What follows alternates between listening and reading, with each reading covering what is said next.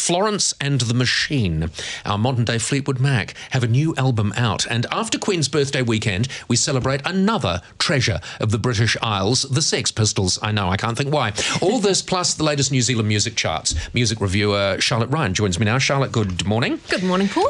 Right, so we'll start off with a new release, Florence and the Machine. This is her third album. It was released on Friday. And you're right with the comparison to Fleetwood Mac. She's sort of got that gypsy vibe, even her fashion and everything.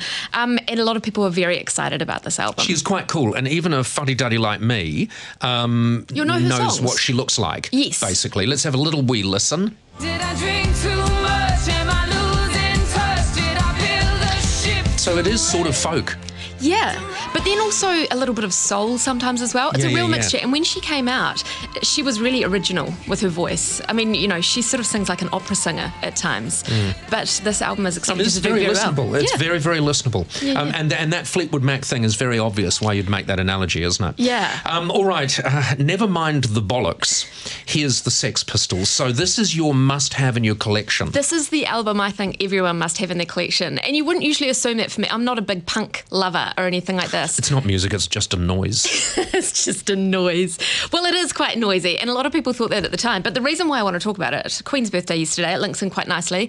But the bollocks, that word was totally controversial back in its day. No shops were allowed to sell it. One man was arrested for featuring it in his music store.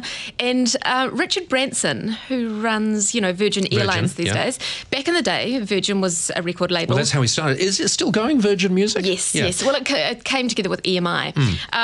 But anyway, he did the track listing. There's so much history with this album. So you're suggesting that this is a must-have in our collection for those reasons, not because we ever have to listen to it. Actually, it does sound like I'm saying that. Yeah. But no, it's a brilliant album. It's a very good album. If you're going out, if you're feeling angry, and kind of if you're angry about the New Zealand flag situation, it's kind of good because don't even talk about the New Zealand flag situation. My life is a life of anger. All right, thank you very much, Charlotte. Now, the New Zealand album charts, there's been movement for Foster and Allen. There has been. God help us all. Let's count down. Number 5, 660. Are you familiar with? I have to tell you about them one day. They are huge. Yeah, but not today. No, New Zealand's biggest band. Sam Smith coming out at number 4. Ed Sheeran number 3. Foster and Allen still touring New Zealand and still selling albums. They are our number 2 this week. This is how many best of Foster and Allens have they brought out? To be honest, I looked and it looked about 12. 12 best of. They've released 30 albums over their years.